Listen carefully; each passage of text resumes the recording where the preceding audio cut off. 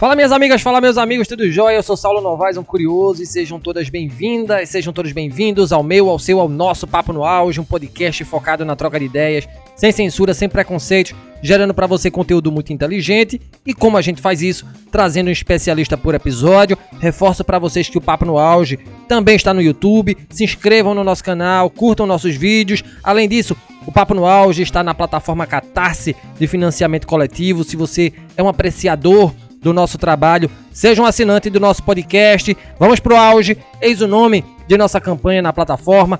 Vamos amplificar a voz docente, a voz da ciência.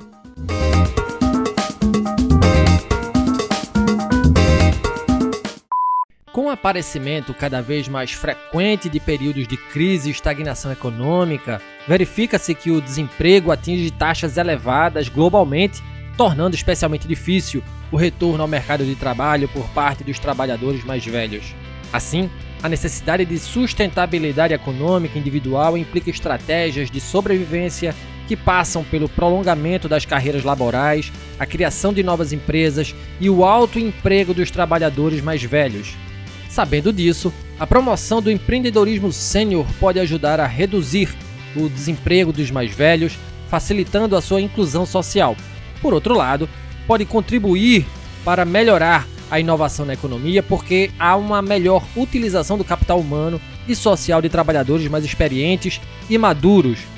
Empreendedorismo sênior é pauta do podcast Papo no Auge desta semana, e para falar desse tema, um docente de vasta bagagem, convidamos a este microfone o professor Dr. Marcos Primo. O professor Marcos é graduado em Engenharia Elétrica pela Universidade Federal de Pernambuco, é mestre em Engenharia Elétrica pela Universidade Federal da Paraíba, PhD em Supply Chain Management pelo Arizona State University, nos Estados Unidos, e pós-doutor pelo Business Management Department na North Carolina State University, nos Estados Unidos. É professor da Universidade Federal de Pernambuco e membro permanente no programa de pós-graduação em administração da mesma instituição.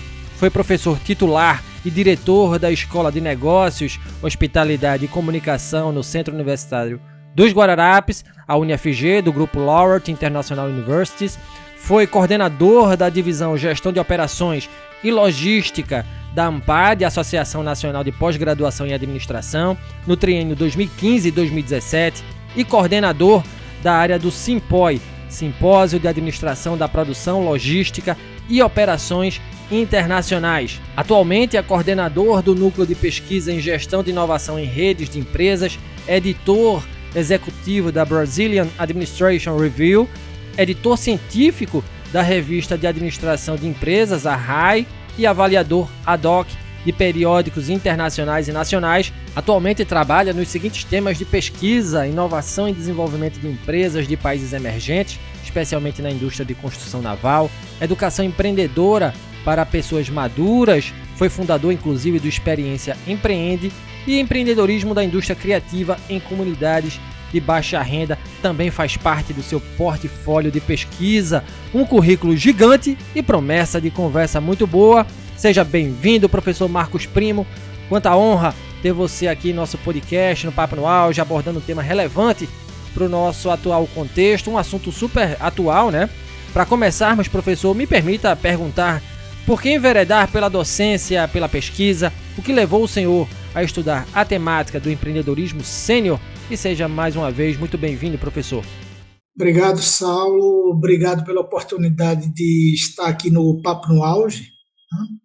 E indo direto ao teu questionamento, né, em relação ao que me levou até a primeira docência, né, eu tenho uma formação dentro da engenharia, né, e trabalhei como engenheiro por vários anos numa grande companhia, a maior companhia de energia elétrica aqui do Nordeste, né, a Chesf, e trabalhei por 11 anos, 4 meses e 10 dias nessa empresa. E o interessante é que eu percebi ao longo do tempo que os problemas com que eu lidava não eram problemas de engenharia, eram problemas gerenciais, né? E eu tinha uma formação técnica na área de engenharia, mas não tinha uma formação a nível gerencial. A gente gerenciava ou aprendi a gerenciar à base de tentativa e erro, né? E eu lia um livro ou um artigo, alguma coisa, e via que tem técnica, tem metodologia, tem ciência por trás da área de gerenciamento, né? Então eu fui me questionando até essa possibilidade, o que me levou para mudar de carreira. Eu deixei de ser um engenheiro convencional, né? E fiz concurso na época para a Universidade Federal de Pernambuco, né? E dentro da universidade, né, a docência ela vamos dizer, principalmente a parte de ensino, a gente tem três pilares, né? O ensino, a pesquisa e a chamada extensão barra serviços, né? Que hoje já aparece outro pilar de gestão administrativa também, que é apoiado dentro das universidades. Então, o ensino, tá certo? É uma coisa que eu, como engenheiro, eu já ministrava alguns cursos de especialização, né? Porque eu já tinha, inclusive, o mestrado à época, e fui para a universidade, né? Na universidade eu tive a oportunidade de fazer o meu doutorado, já como professor contratado, né? E a partir daí, uma vez concluído o doutorado, eu passei a não só ter a componente do ensino, mas a pesquisa, que vem assim associada, assim como toda a parte de serviço para a comunidade acadêmica e também a comunidade de forma geral. A gente participa de bancas, de eventos. Isso aqui agora seria um serviço, né, que a gente está dentro da nossa, vamos dizer, vida acadêmica, para participar de uma discussão interessante que vai chegar ao grande público, né, com uma visão assim da academia sobre o assunto, né? Então essa foi a minha trajetória até chegar à docência. Mas aí você fez também um questionamento até porque eu me interessei pelo empreendedorismo, né? Bem, aí dentro da universidade eu tinha uma área bem específica de atuação, que a gente chama área de operações e cadeias de suprimentos e logística, né? E, num determinado momento, eu tive um convite para ser diretor de escola de negócio em um grupo de educação privada. Eu me licenciei sem vencimentos da universidade e fui para lá. E nessa posição eu lidei muito diretamente com o empreendedorismo, somente com o Sebrae. A gente era a única faculdade do Brasil à época que tinha um posto Sebrae embarcado dentro da faculdade, né? Então a gente chegou a fazer, por exemplo, semanas de negócio com 60 palestras, tendo 2.000 pessoas, né, durante a semana visitando a faculdade, participando das atividades. E aquilo ali me chamou a atenção para a questão do empreendedorismo, assim como uma opção não apenas prática, assim a nível, mas também uma questão interessante do ponto de vista de pesquisa acadêmica, né? E ao voltar, terminar minha licença, ao voltar para a Universidade Federal de Pernambuco, eu comecei a me envolver com o tópico. Mas o que eu achei interessante é que quando você pega todo o material, assim, ou pelo menos esse material que está disponível para o grande público, né, sobre empreendedorismo, é um material que está assim ele tem uma conotação muito voltada para jovens, né? Muito midiático, e eu tentei fazer aquilo, mas eu vi que assim, primeiro, né, tinha um monte de propostas, tinha Sebrae, tinha Endeavor, tinha um monte de organizações trabalhando com essa linha de empreendedorismo, mas sempre com essa pegada do empreendedor jovem. E eu olhei, e a minha geração, né? Foi uma geração que a gente chama até muitas vezes de carreira única, né? Que começou numa empresa ou numa organização e se aposenta nela.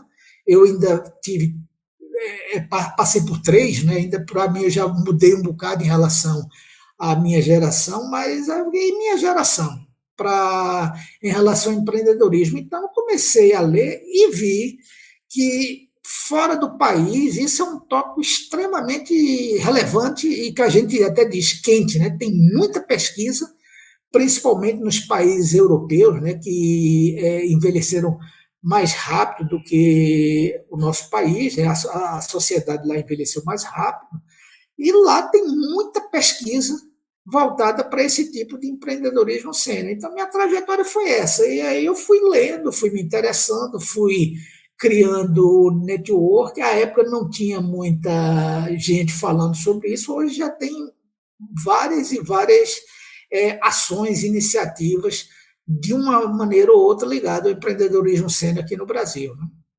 Legal sua voz, professor, viu o seu entusiasmo pelo tema, né, da nossa conversa de hoje. E para a gente entender, pacificar, ratificar o conceito, professor Marcos, o que viria a ser empreendedorismo, né? Por que empreender? Primeiro, assim, a pergunta, o que é empreendedorismo? Isso é uma pergunta que você vai encontrar várias respostas, talvez diferentes. Eu vou dar a minha resposta. O empreender, né, tem alguma coisa de você gerar algum tipo de produto ou serviço que tenha valor. Quando a gente diz valor, não é valor para você unicamente, mas valor para alguém. Né?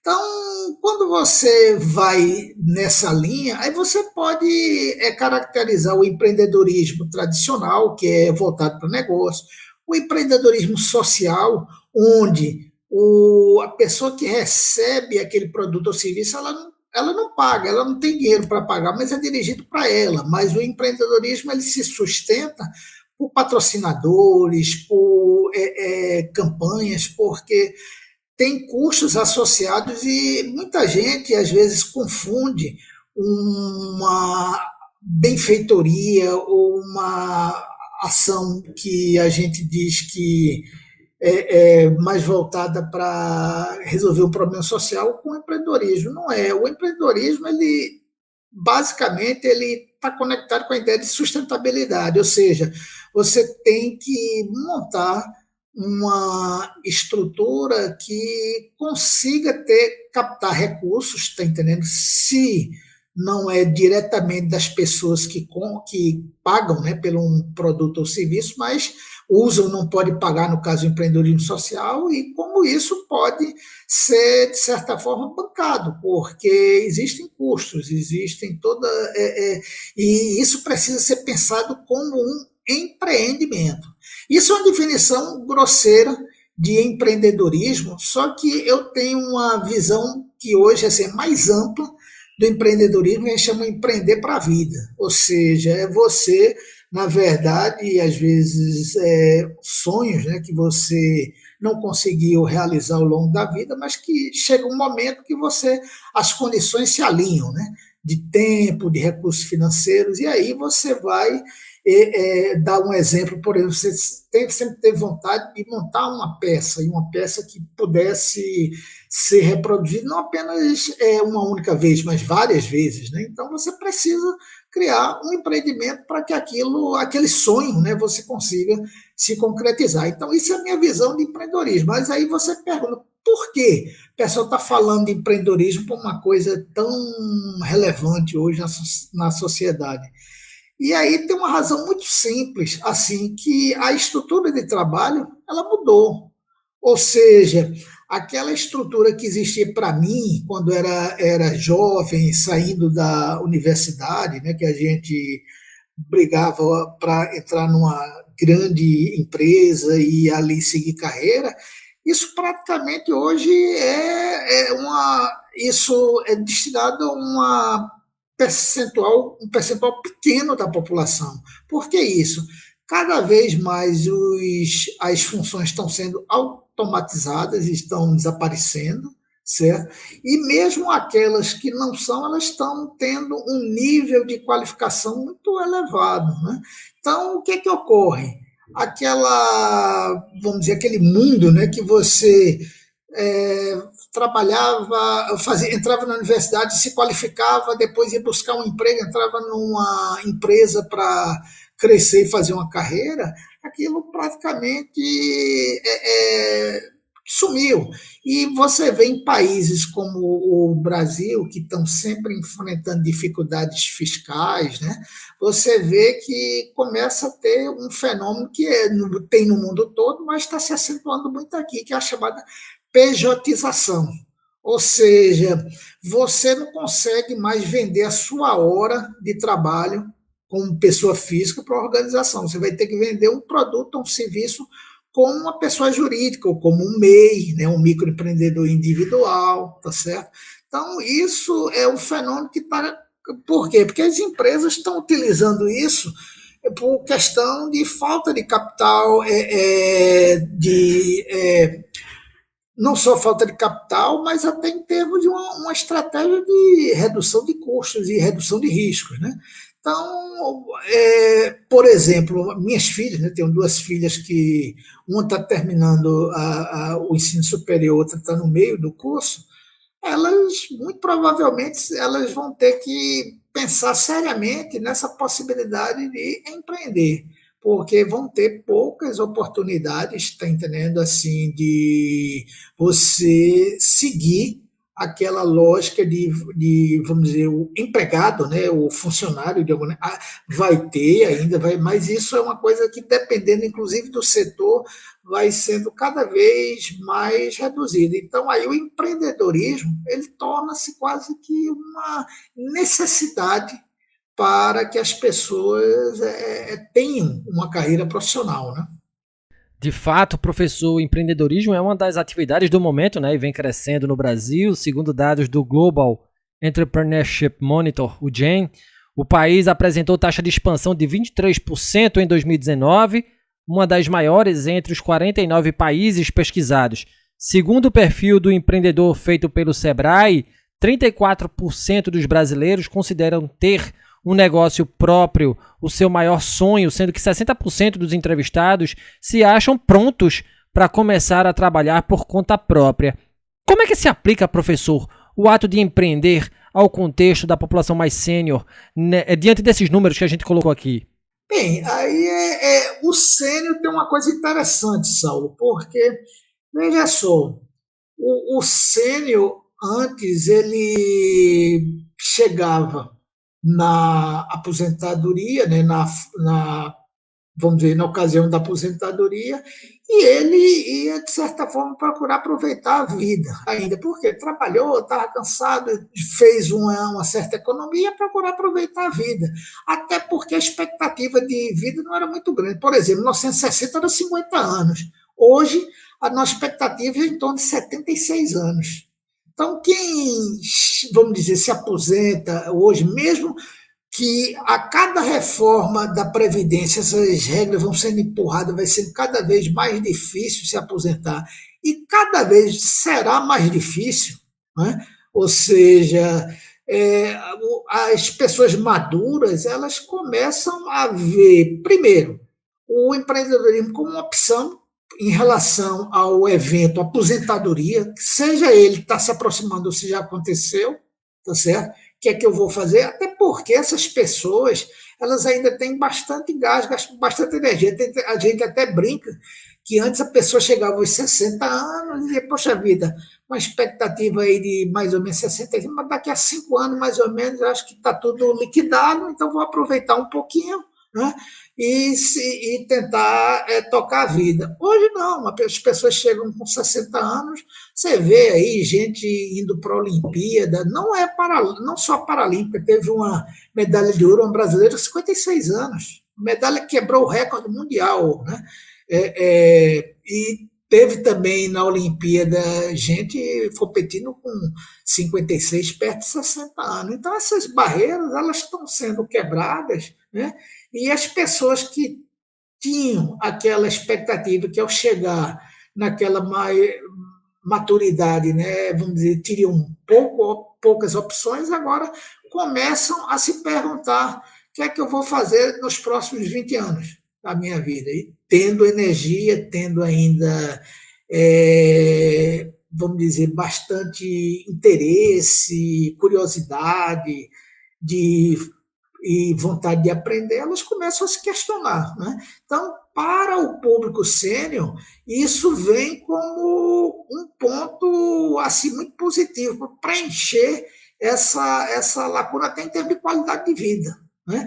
Mas tem um lado também que ele é o lado mais perverso da nossa sociedade, que o empreendedorismo também ajuda na maturidade, que é aquela fatia grande que já está crescendo cada vez mais na população de maduros, que é a geração neném, né? Tem a geração neném dos jovens, que nem trabalha nem estuda, e tem a geração neném dos maduros.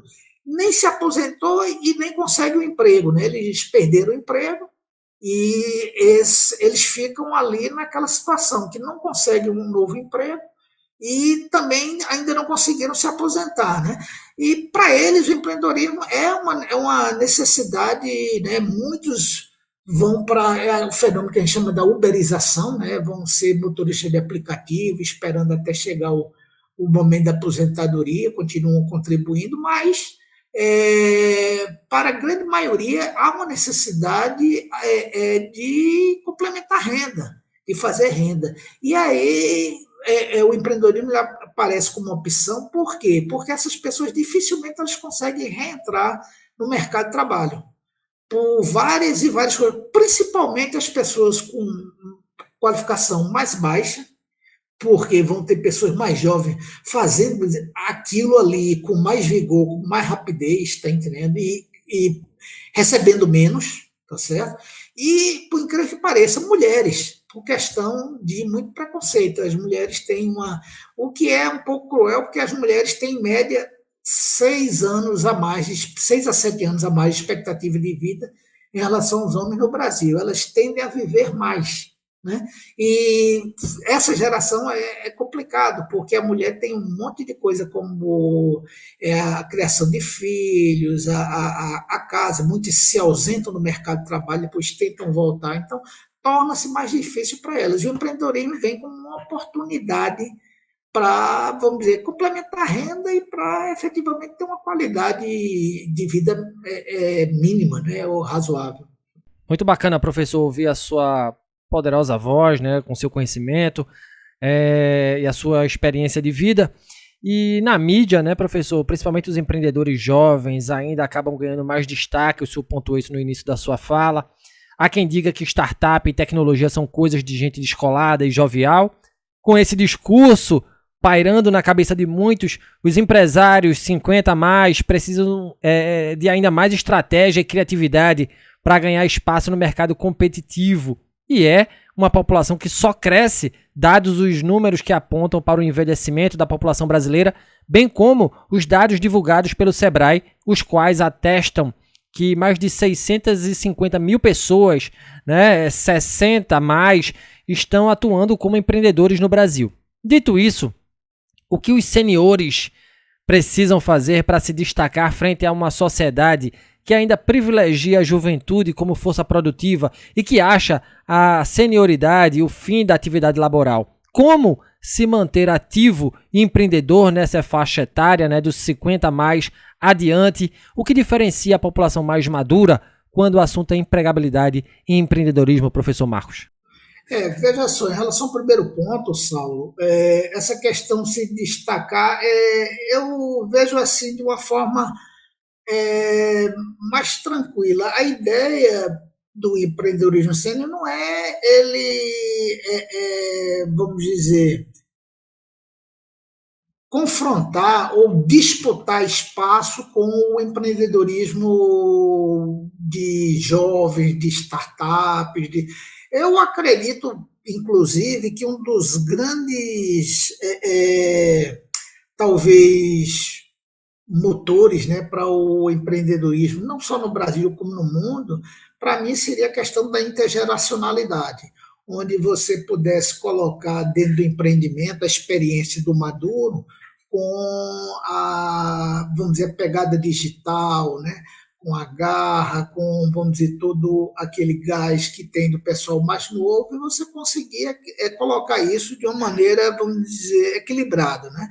Mas ainda em relação a tentando explorar a parte positiva, né, do empreendedorismo sênior, a gente vê o seguinte: você tem que, primeiro, destacar o que é de positivo, né, nesse público e tentar trabalhar nas deficiências dele. O que é positivo em relação aos potenciais empreendedores sênior? Primeiro, eles têm capital. Quando eu digo capital, de uma maneira bem ampla, começa logo do capital, o recurso mais básico que a gente tem, que a gente não se apercebe, que é o tempo.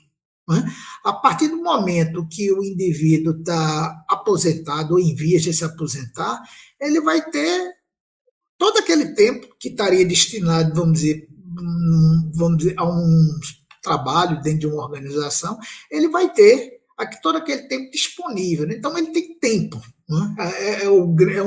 E tem a boa parte, não digo boa parte, porque o Brasil é uma situação muito interessante, onde as pessoas maduras, mesmo com os filhos já casados ou muitas vezes já fora de casa, eles começam a assumir outras responsabilidades, como às vezes o próprio apoio à escola dos netos, porque os filhos terminaram uma universidade, mas não conseguem mercado de trabalho, aí os avós têm que dar um apoio até financeiro nisso.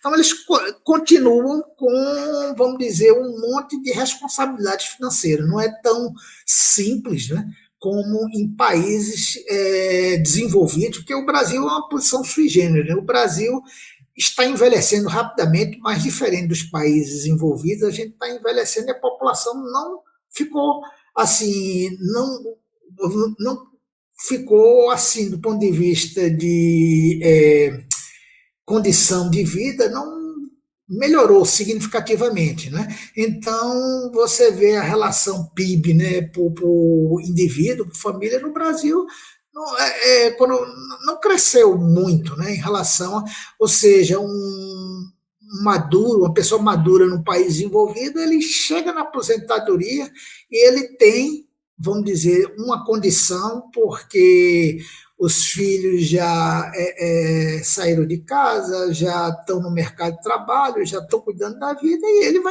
vai procurar aproveitar também com aquele recurso. Né? Não é a situação, isso é uma situação que é de uma parte apenas da população brasileira, uma boa parte, até mesmo porque a aposentadoria, com um monte de modificações que foram feitas através de reforma ao longo do tempo, hoje pessoas que tinham um certo padrão precisam voltar ao mercado de trabalho ou fazer algum tipo de complementação de renda que não conseguem mais ter um padrão como tinham antes. Né? Há uma queda significativa. Por exemplo, você vê aí o próximo orçamento do Brasil não tem reajuste do salário mínimo em relação à inflação. Consequentemente, as aposentadorias também não vão sofrer reajuste. Né? Então, tudo isso, e você vê que essa inflação, dependendo da sua situação, a inflação pode ser diferente dessa inflação que guia os índices, né, de reajuste. Você pode ter inflação bem mais alta, principalmente os maduros que pagam planos de saúde muito elevados, tem nessa faixa etária, os planos começam a criar um monte de empecilhos, né? Então, é um problema, né? Então, o que se tem que trabalhar é mostrar essa parte de recurso de capital que foi acumulado ao longo do tempo. É o capital financeiro, você tem tempo, é o capital social, a rede de contatos e, principalmente, a experiência de vida. Né? Por exemplo, eu costumo até dizer, a garotada hoje está falando de inflação, né, que nós estamos com 9% ao mês. Eu lembro, numa época, já trabalhava, já profissional e tudo, onde eu tive 80% de inflação ao mês, 80%. A gente ia no supermercado de manhã à tarde, hoje era outro preço. Né? O pessoal ficava remarcando os preços continuamente. O pessoal não tem nem ideia do. Então, isso cria uma certa resiliência nesse público, porque eles já passaram por alguns momentos bem diferentes. Né? Eu nunca tinha passado por uma pandemia, né? Mas já está no currículo aqui. Tá certo? Quando vem a próxima, a gente já está um pouco mais escolado do que quem nasceu, por exemplo, durante a pandemia e lá na frente vai ouvir falar dela pelos livros ou pelas conversas dos familiares, né? Então, esse é o primeiro ponto. Agora, tem as desvantagens que precisam ser trabalhadas. Um é porque essa questão da pegada digital. Hoje, os negócios, quase todos eles, estão se transformando em negócios digitais. Se você não vende hoje nenhuma. Assim, não vende bem, né? Nem que seja bolo de goma, pé de moleque, o que for. Se você não tiver um Instagram, se você não tiver um WhatsApp, se você não tiver uma página lá no Facebook, então é preciso essa pegada. E mais do que isso, né? É preciso também vencer algumas barreiras que são colocadas pelo próprio sistema. As pessoas crescem e, como você falou, pensando que empreendedorismo, startup, tecnologia é coisa de jovem. E aí você abre coisa, tem Maduro, tem um Firmino, é um caso que abrindo fintech com 68 anos, né, desenvolvendo aplicativo, lançando no mercado. Então não é bem assim, né? Tem muito de assim, muito de midiático nessa coisa, né? Mas é preciso trabalhar, mas trabalhar também a cabeça das pessoas, né? O pessoal maduro chega nessa área e ele fica assustado, né, com essa coisa de investidor anjo, incubador, aceleradora, startup, né? Tem que fazer uma prototipagem, um Canva, fazer um pitch para apresentar lá. Então, tudo isso são coisas que necessitam de uma formação, não é também uma coisa de outro mundo. A gente tem um Porto Digital aqui, que é um grande recurso aqui em Recife, que permite, tem o Sebrae também, que é uma formação menos tecnológica, muito mais ligada a negócio, mas tem várias oportunidades e oportunidades oferecidas na internet, assim, várias outras. Então, essa é a coisa, trabalhar com essas barreiras, né, e também alavancar as facilidades que a pessoa madura tem para poder empreender, né? E eu acho que é por aí. Mas aí você tocou no segundo ponto, né? Como fazer isso, né? Aí eu acho que tem que ter muito aquela questão, tem um conceito que eu gosto de trabalhar, que é o chamado lifelong learn, né? O aprendizado contínuo durante a vida, né? E aí a pessoa madura tem que estar disposta tem que ter a curiosidade, estar disposta a procurar aprender. Uma certa humildade, né? Por mais que você tenha tido uma carreira profissional, mas quando você vai empreender o jogo como quiser, né? Ou seja, você tem uma bagagem ali, mas é como zerou o jogo e você tem que aproveitar em cima daquela bagagem e criar alguma coisa. Muitas vezes precisa de humildade para poder estar sempre lendo, estar sempre questionando, conversando, né? Eu acho que essa vamos dizer, a dinâmica para que as pessoas maduras consigam manter essa perspectiva de se tornarem empreendedores bem-sucedidos, né? Quando eu digo bem-sucedido, não necessariamente é ficar rico, né?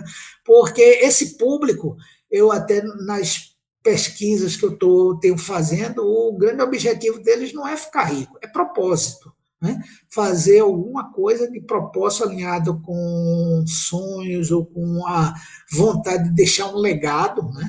Porque se vê também, você já vê que já vê o final da vida um pouco mais à frente, né? E você quer deixar um legado, uma coisa pessoal, uma marca sua, né? Não é a marca da organização que você vê.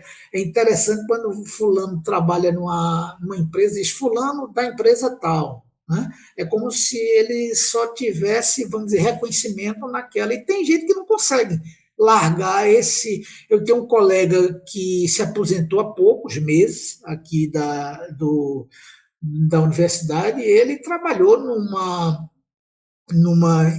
empresa antes de entrar para a universidade, ele era fulano daquela empresa, né? E ele até hoje não tinha conseguido se libertar, né? Daquele, vamos dizer, daquela alcunha, né? Daquele sobrenome como ligado à organização. Só que aquilo passou, né?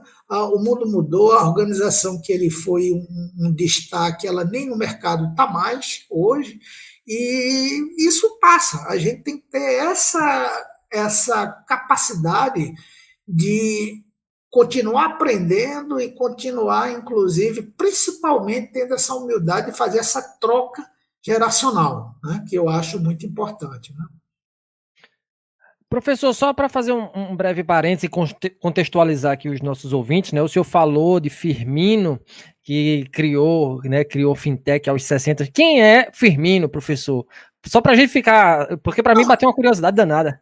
Não, isso foi uma coisa que são vários exemplos que a gente vê, e uma vez eu saí coletando, porque o pessoal perguntava quem é que empreendeu na maturidade. A gente pegava a mídia e falava do caso do Ray Kroc, da McDonald's, do Colonel Sanders, que criou o Kentucky Fried Chicken, lá com 62 anos. Tá? Aí eu perguntava, não tem exemplo brasileiro? Aí a gente tem vários exemplos brasileiros, tem um engenheiro naval que criou a Orbis, né, depois de 40 anos trabalhando.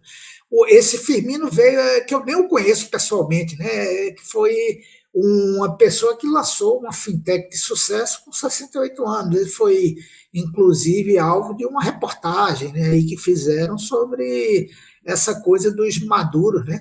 Que até eles brincam, não fazem mais a chamada startup, é finish up, né? Porque eles já estão mais para o final do que para o começo, né? Então, mostrando que essa coisa de tecnologia, né, que essa fintech altamente tecnológica, eu conheço, tem algumas pessoas que eu conheço que estão criando empresas e aplicativos bem legais, bem interessantes, depois de 50 anos, tá entendendo? Agora, isso é a regra? Não, isso é, vamos dizer, mais a exceção, que a maioria ainda não tem esse nível de consciência, de preparação, porque o que eu vejo, uma das grandes preocupações em relação ao empreendedorismo sênior é tendo em vista que esse grupo, empreender não era a condição normal de carreira, eles precisam se preparar para isso. Você não consegue partir da maturidade para ser um empreendedor, a menos que a gente veja um monte de exemplo de sucesso. O cara chega, abre ali um restaurante, acha que vai ser, tá com dinheiro, bota, chama contrata um bocado de gente e o negócio não dá certo. Né? A gente está cansado de ver isso, né? E depois essa coisa não dá não, né, de empreender, e começa a falar mal, a resmungar. Não é isso, é que precisa de preparação.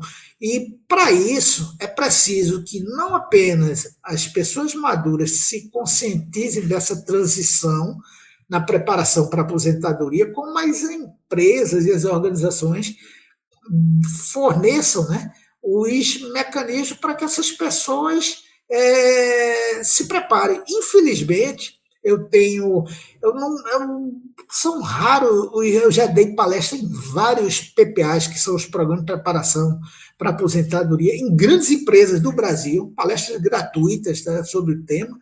Porém, a gente vê que basicamente o que é um PPA, é o cara se aposentar, obrigado a dar uma placazinha, apertar a mão e tchau, e cortou o vínculo. Né? Ou seja, não existe um programa, são poucos, eu já ouvi falar de um que não conheço assim, pessoalmente, mas os que eu conheço eles não têm essa vocação de efetivamente preparar o maduro para, por exemplo, ser um empreendedor depois que ele sair dali. E talvez tem casos que ocorrem que existe por exemplo, empresa, eu vou citar como a Embrapa, né? Que muitas vezes elas permitem o que a gente chama de spin-off, né? Tem alguma solução, ficou lá em prateleira, o colaborador desenvolveu, mas aquilo nunca foi para frente, ele pode, um acordo, pegar aquilo ali e tentar gerar um negócio e vender a própria empresa ou a rede de clientes da empresa que tem. Então, mas são coisas. Aqui tem um grupo também, o Grupo Moura, que no passado alguns dos maduros que tinham, vamos dizer, geralmente um conhecimento da parte comercial, eles eram muitas vezes convidados para serem revendedores, né, do grupo. Mas isso também foi uma coisa que foi também descontinuada, pelo que eu soube, e agora está muito voltada para pessoas mais novas, né, na faixa dos 30, 35 anos. Então, é preciso uma preparação, porque o que ocorre é que, senão, essa chave, né, virar a chave de você ter uma agenda onde a organização te diz exatamente o que, é que você vai ter que fazer, né? Por exemplo, dentro da academia, professor, quais são as turmas que você vai ensinar, os alunos que você vai orientar, né? Então, tudo está tudo bem estruturado, mais ou menos, né? De uma hora para outra, você que vai definir a agenda, você que vai criar a agenda. E isso deixa muita gente paralisada, né? Muita gente paralisada, por quê? Porque nunca parou para pensar e para planejar efetivamente aquilo. E o que é que ocorre? Ficam numa situação de bastante tensão, né? Aí por isso que diz, aí usam essas frases de efeito, sair da zona de conforto, não é? Não eu acho que quando há uma preparação, você não precisa de grandes estresses. Eu acredito muito nas coisas, obviamente, que você precisa ter um grau de risco associado com tudo que você faz, mas é preciso que tenha um grau de prazer, né? Também naquilo que você faz. E um maduro, quando ele decide se um sênior, né, se aposentar, né, vamos dizer, na maturidade, importante que ele tenha prazer naquilo ali, é importante que ele tenha, porque senão não faz sentido, né? Ele deu a cota dele de sacrifício, agora ele quer ter uma coisa com mais propósito, uma agenda que ele controle, que ele tenha uma satisfação, né? E isso tudo precisa de planejamento, né? E de bastante, às vezes, até de apoio das organizações que, infelizmente, não vem e nem acredito que venha acontecer, né? Até porque existe até dentro das próprias empresas, além da questão da redução de custos, né, aquela visão de que muitas vezes até tensionada, né, de que as vagas, né, estão sendo disputadas, né, ou seja, uma pessoa madura talvez está tirando uma vaga de uma pessoa mais jovem, que eu não acredito muito nisso. Eu acho que as pessoas ocupam seu espaço, né, e às vezes, infelizmente, não há espaço dentro de um nível de qualificação para quem está abaixo daquele nível, né? Pode ser jovem ou pode ser uma pessoa de mais idade.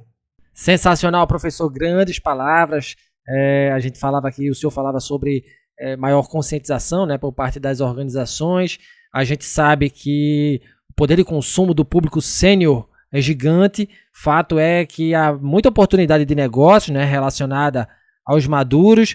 Até o final desta década, por exemplo, esses consumidores gastaram 15 trilhões por ano, né, 15 trilhões de dólares, segundo estimativas do Bank of America Merrill Lynch. De acordo com o levantamento realizado em conjunto pela Pipe Social, maior vitrine de negócios de impacto socioambiental do Brasil, e pela consultoria Hype 50+, 4 a cada 10 consumidores com mais de 55 anos reclamam da falta de produtos focados nesse público. Na sua visão, professor, quais são os segmentos de negócios que possuem lacunas no tocante à prestação de serviços e à criação de produtos voltados aos seniores e que, por seu turno, oferecem grandes oportunidades de bons empreendimentos?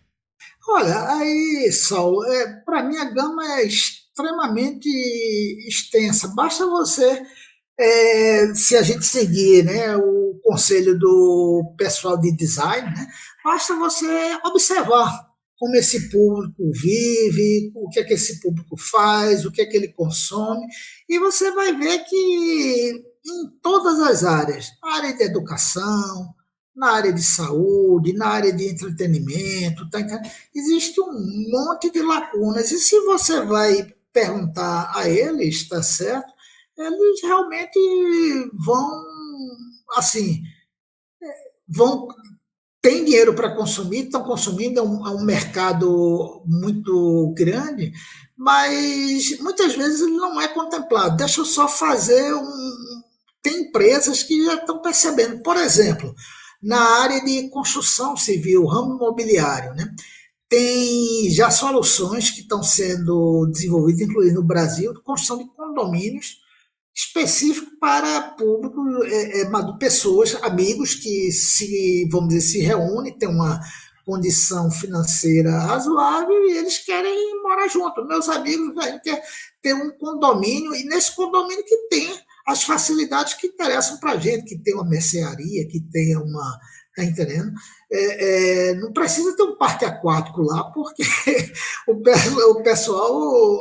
Então, para que eles possam até, vamos dizer, curtir, vamos dizer, toda essa terceira idade, né, com os amigos, né, de uma forma prazerosa. Então, por exemplo, o mercado da construção civil já está percebendo isso, fazendo esse tipo de solução para esse público. Aí você vai, entretenimento, né? Você tem um monte vamos dizer, de espaço para esse público, tá certo? Que não necessariamente é aquela solução. Como eu até brinco, por exemplo, desde uma coisa muito simples como uma academia, né? Você ou tá todo mundo com aquela coisa muito pegada, tipo crossfit, todo mundo se matando, aquela coisa, ou tem aquela visão muito geriátrica de fazer lá uma, vamos dizer, uma piscina, né, para fazer um exercício lá para a pessoa idosa que mal pode andar. São dois extremos. Entre esses dois extremos tem uma gama de serviços que, por exemplo, não é oferecida, né? Então bota lá uma música super, todo mundo malhando num jump com aquela música. Às vezes o cara quer fazer um jump, mas não necessariamente com aquele tipo de música de heavy metal ou um rock pauleiro, ele quer uma coisa, tá entendendo? Então, e essa pessoa tem condições de pagar pelo serviço, né? E eles, na verdade, muitas vezes ficam sem. Eu vejo muito isso na academia, tem pessoas assim, nos 60 anos, que ficam às vezes intimidadas, né? De senhoras, senhor de irem para lá, porque está o pessoal malhado, né? Muito lá, assim, vamos dizer, fazendo um exercício de alto grau de dificuldade, e a pessoa fica, pô, vou fazer o que ali, né? Tá entendendo? Então tem tem espaço, eu acho que em tudo. Na minha área, por exemplo, que é a área de educação, eu vejo que, puxa vida, a pessoa mais sênior, ela não tem talvez aquela paciência de fazer um curso de 4 anos, dentro de 5 anos dentro da universidade, mas cursos assim mais curtos, ou cursos que, vamos dizer, tenham vamos dizer, uma objetividade em termos da entrega de um determinado tipo de técnica, de um determinado. É muito legal, principalmente se você colocar esse pessoal junto com o pessoal mais novo, né? Você vê, por exemplo, dentro da área de tecnologia, né? Você bota esse pessoal, obviamente, depois de uma certa formação, para fazer um curso, seja de programação, ou seja de desenvolvimento de telas, a parte de animação, que seja, tá entendendo? Junto com pessoas jovens, tá certo? E aí eu acho que essa troca é legal, ela ajuda os dois lados, tá entendendo? E a gente não vê isso dentro de educação. A gente vê os grupos educacionais se matando para vender sala de aula para os meninos, né? E quem vai pagar, chega lá, como eu fui diretor de escola de negócio de um grupo privado, que chega lá é o pai para pagar. E por que a gente também não chamar esse pai até para também vir estudar, mas num ambiente que seja mais acolhedor, que ele veja mais interessante, porque talvez não é um curso de 5 anos que vai interessar todo tipo de pessoa madura, né? Um ou outro pode fazer, mas são coisas que a gente vê e quando aí é sempre que eu falo a você, tem o extremo, aí tem aqueles cursos que é para a gente diz para preencher vamos dizer, o horário, né, das pessoas maduras. Vamos ensinar tricô para as senhoras que, sei lá, mais idosas, vão me ensinar, pô, como se fosse alguma coisa para preencher o tempo, né? Que não é, vamos dizer, essas pessoas estão querendo uma formação para produzir algo em cima com aquela formação, algo de valor para as pessoas, né? E elas têm condições. Então a gente vê que nas diversas áreas isso não está sendo muito está sendo muito visualizado, o que é uma contradição. Além desse número que você falou, se você olhar a população 50 a mais no Brasil, já são mais de 50 milhões. A gente está 2 anos sem censo, mas pegando os dados, 54 milhões, é 26% da população. Desses, quando você pega dos novos empreendedores, quem é que tem, vamos dizer, mais de 55 anos, até, sei lá, ou de 50 até 65, que vê mais ou menos, não chega a 10%. Então tem um potencial assim para eles, não apenas como consumidores, e aí para quem melhor pode talvez descrever uma solução para esse público, que é alguém que é do próprio público, né? Alguém que sente aquela dificuldade na pele, está entendendo? Em relação à locomoção, em relação à mobilidade, né, urbana, em relação a um monte de coisas, está entendendo? Elas talvez teriam condições de trabalhar em soluções porque elas conhecem os problemas do dia a dia, né? E aí o empreendedorismo podia ser uma porta para que esse pessoal seja visto não apenas como consumidores, né? Ou seja, que todo mundo está interessado na grana, né, que o Maduro juntou ao longo da vida para poder gastar, mas eles podem ir além, eles podem também ser co-criadores, né, de soluções para esse grupo. Por quê? Porque eles estão vivenciando os problemas, né, do grupo. Professor Marcos, se os avanços na medicina farão com que cheguemos aos 100 anos de idade, precisamos pensar no que faremos nessas 4 décadas que teremos depois dos 60, considerando novos modelos de trabalho para não ter aquela sensação de obsolescência que vem, acreditam muitos, com a idade. É preciso entender que o idoso tem muito a contribuir e trabalhar tem a ver com preservar a autoestima e a qualidade de vida. É preciso imaginar um novo futuro para a população idosa. Minha pergunta é: como é possível se reinventar ao invés de se aposentar, entendendo essa nova dinâmica do mundo, professor Marcos? Olha, Saulo, eu vejo assim muito essa questão de propósito, né? Quando você muitas vezes, quando a gente é mais novo, né, os propósitos eles aparecem na vida, você vai para uma empresa, ou decide mudar de cidade, ou vai casar, vai ter filhos. Então, tudo isso, ou às vezes as coisas vão acontecendo, mas tornam-se o propósito de vida. Chega num ponto que você tem que estar questionando, né, o que é propósito. Né? Aí tem um conceito até do japonês, o Ikigai, né, que é bem legal, que você deve procurar fazer as coisas que você gosta, mas não apenas que gosta, aquilo que você sabe fazer. Por exemplo, eu gosto muito de basquete, assisto basquete, a NBA lá dos Estados Unidos, mas eu não jogo basquete. Eu não vou me dizer, vou jogar basquete contra ele. Não, não é. Eu gosto de assistir. Então, é uma coisa que você gosta, uma coisa que você sabe fazer, uma coisa que você consegue, de certa forma, ter um reconhecimento ou uma remuneração por fazer aquilo, e aí vem o mais importante, que tenha valor para alguém, que você consiga entregar o máximo de valor. Pode ser até um negócio social que a pessoa não pague, mas que você, com essas coisas que você tenha uma satisfação, sabe fazer bem aquilo e vai atrás de algum patrocínio para poder remunerar a você e ao negócio, tá entendendo? Você consegue gerar um impacto significativo. Então, o Ikigai, essa questão do propósito, as pessoas, quando chegam na maturidade, é um dos grandes questionamentos que agora você que vai ter que encarar, vai ter não tem mais uma organização que vai fazer uma agenda para você.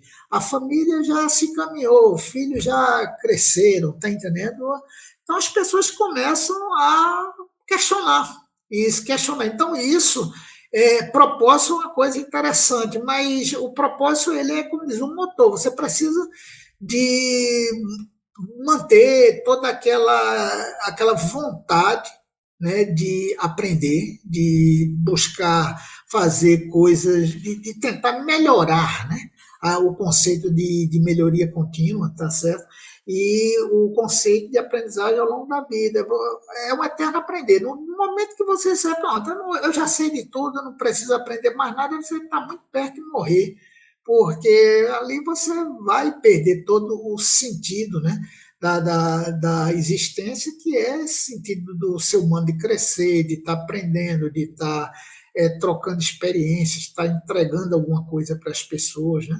Então, eu acho que isso requer disciplina, requer muita sinceridade consigo mesmo, né? Ou seja, que antes você fazia, era aquela história que me dizia assim, botou no prato, eu vim da geração bem antiga, botou no prato, tem que comer, né?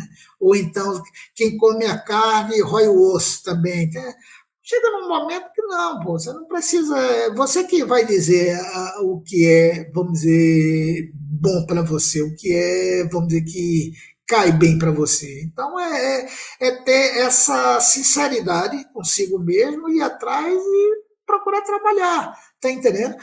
Futuro a gente não sabe, e se cuidar, né? Porque também tem uma questão que a gente vê que cai, assim, com a idade, a questão física, assim, mas você compensa, você pode, do ponto de vista físico, não ter a mesma capacidade de um jovem, mas você compensa com a experiência, você compensa com, vamos dizer, de disciplina, de cuidado, assim, em relação a ações, vamos dizer, gerenciar risco de uma forma mais adequada.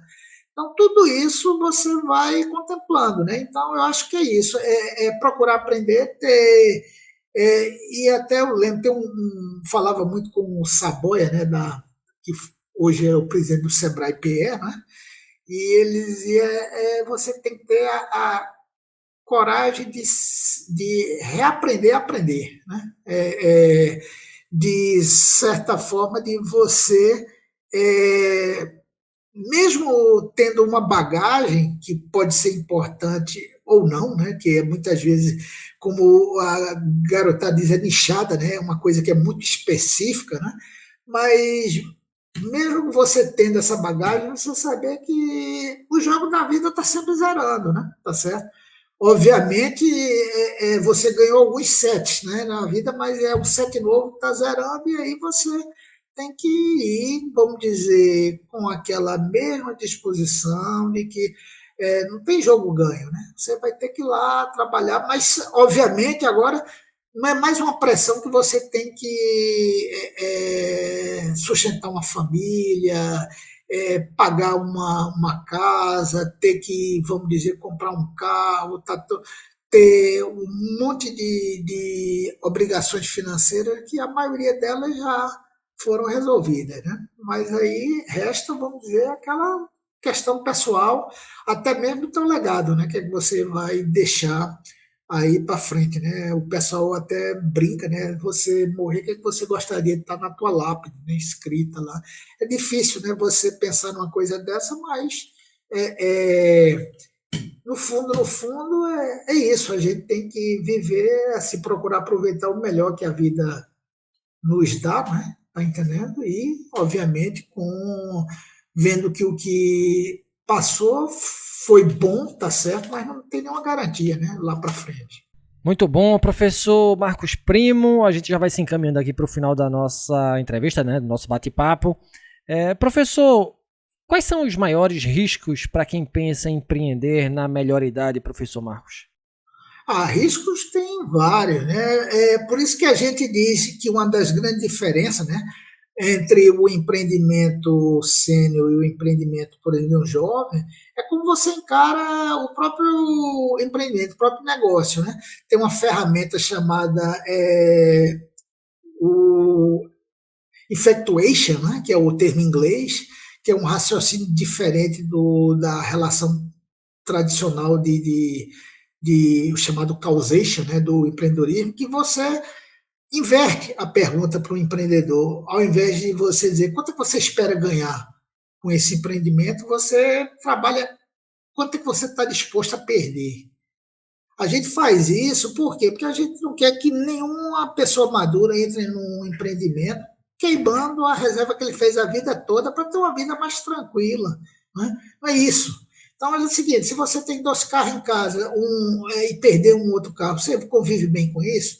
É o que as pessoas têm que trabalhar. Ninguém está mandando ninguém tocar fogo na casa e fazer. Então, tem risco. Empreendedorismo ele é arriscado por natureza. A maioria dos empreendimentos não dá certo, tá certo?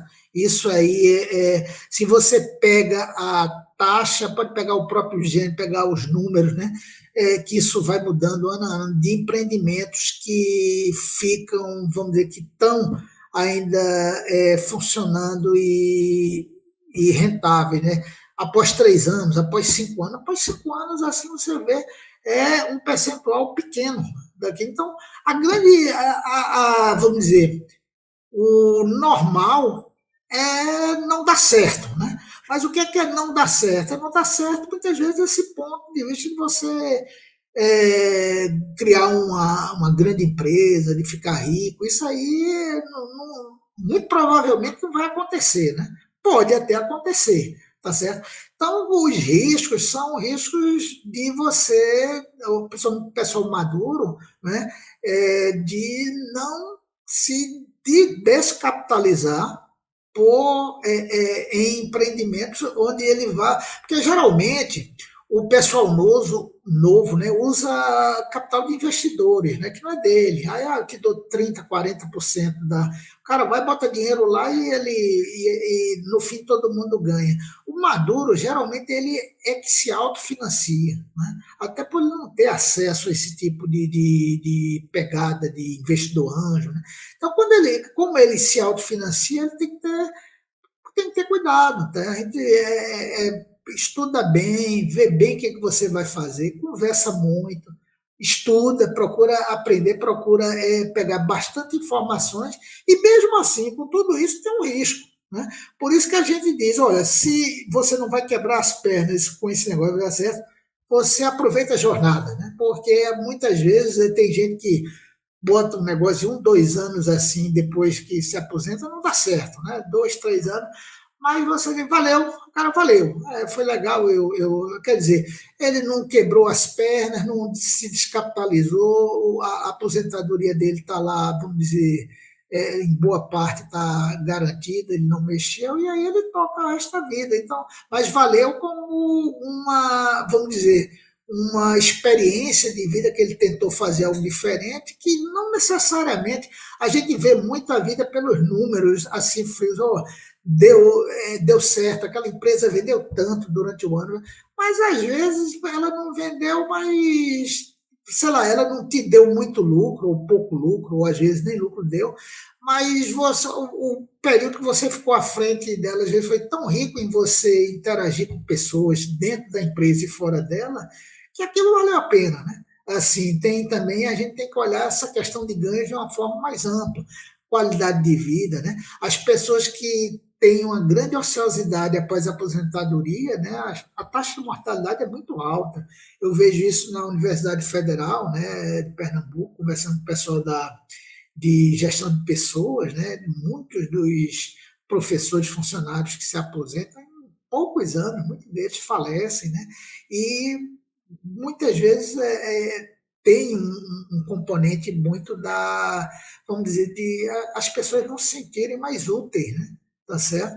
E aí isso é um problema. Então, o empreendedorismo, você pode sentir útil, ajudar alguém, tá entendendo? Às vezes até abrir uma vaga de emprego para uma pessoa mais nova, que é o primeiro emprego, você gerar esse tipo propiciar esse benefício para no final, você pode até nem ganhar dinheiro, pode até ganhar. Obviamente que todo mundo quer ganhar um pouco de dinheiro, porque professor, na verdade, é uma profissão difícil, né? A aposentadoria da gente nunca é uma coisa, vamos dizer, que você pode dizer que é tranquila, né? Então, mas tem riscos, está entendendo? E também é um risco muito assim de você não tem que fazer uma coisa que efetivamente aquilo vale a pena. É sempre perguntar, porque senão você não é obrigado, você não, ou seja, você não tem que, como uma pessoa jovem, você não tem vamos dizer, uma casa para pagar o banco, né? A hipoteca da casa, você não tem uma família para alimentar, então chega no ponto que você tem que perguntar se aquilo realmente vale a pena, né? Porque tem risco, muitas vezes risco das pessoas, inclusive, continuarem, vamos dizer, num modelo de vida estressado, replicando, é, vamos dizer, de certa forma, um modelo de vida que teve durante a vida profissional. Aí não vale a pena, né? Então tem vários tipos de risco, né? Que desde o financeiro até o risco mesmo de qualidade de vida, que a princípio deveria ser uma coisa boa para a qualidade de vida do empreendedor sênior, mas pode ser que não, se não for uma coisa que for bem planejada e executada, pode ser um problema. Eu vejo gente boa que se aposentou, botou um negócio e depois, meu rapaz, não dá não. Fecha isso que eu não quero mais saber disso não, vou para a praia, ou então vou lá para tomar uma água de coco lá no meu sítio, e é melhor que se fazer isso do que ficar se, vamos dizer, se estressando, né, numa coisa que aquilo não é mais, não é mais necessário, né, para a vida da pessoa, né?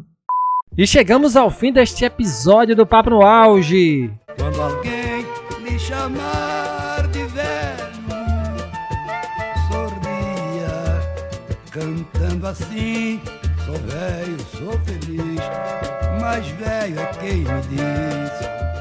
Conosco o grande professor doutor Marcos Primo, docente na Universidade Federal de Pernambuco, que abordou a temática do empreendedorismo sênior.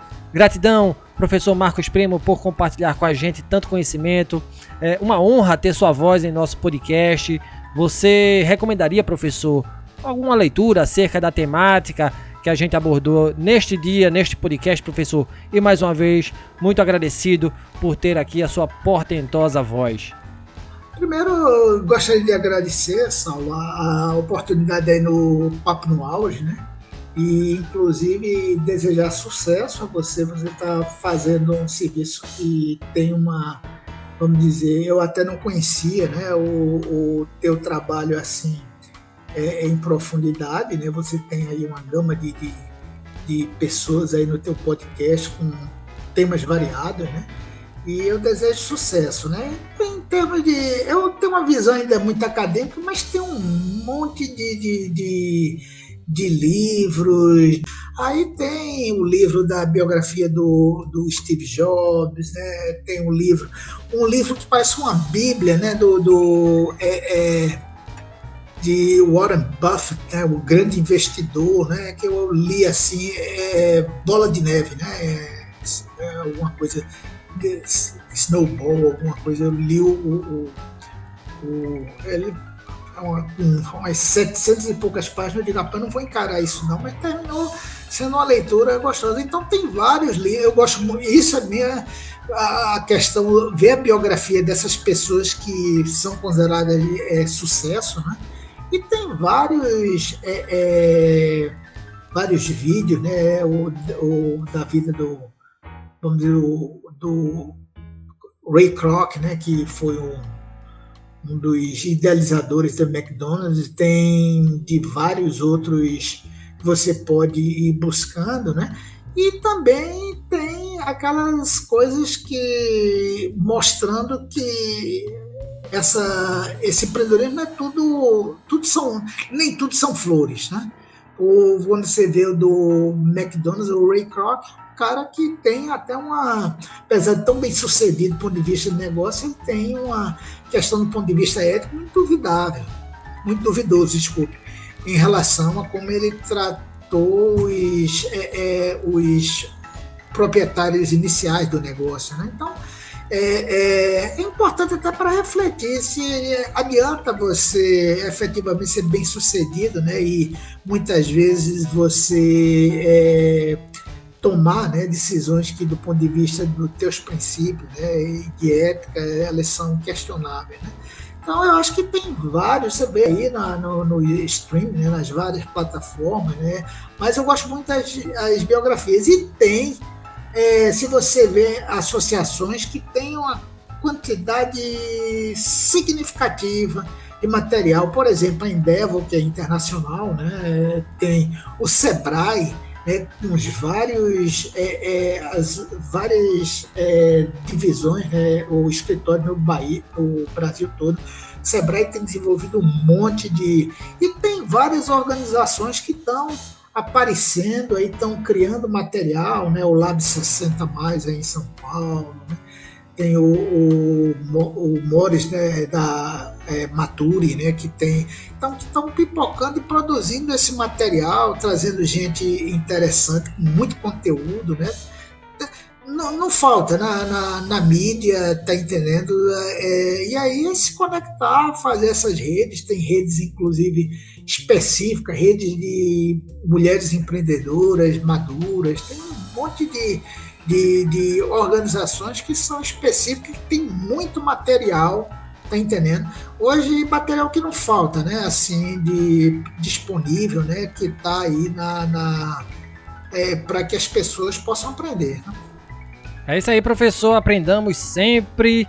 Gratidão mais uma vez. E lembra vocês que nos escutam, estamos nas plataformas agregadoras de podcast, no Spotify, no Google Podcast, na Apple Podcasts, na Amazon Music, na Deezer, na plataforma da Anchor e também no YouTube. Nos sigam, curtam, compartilhem nossos áudios, se inscrevam no nosso canal. Se você gostou desse conteúdo e quiser ser um assinante do nosso podcast, na descrição deste episódio vou deixar o link para a plataforma Catarse. Ao clicar no endereço eletrônico, você será conduzido até a página do Papo no Auge, na plataforma de financiamento coletivo, podendo fazer a sua contribuição para este projeto. Nos ajude, afinal o conhecimento precisa e deve ser propagado. Um grande abraço a todas e todos e até o próximo episódio. Valeu!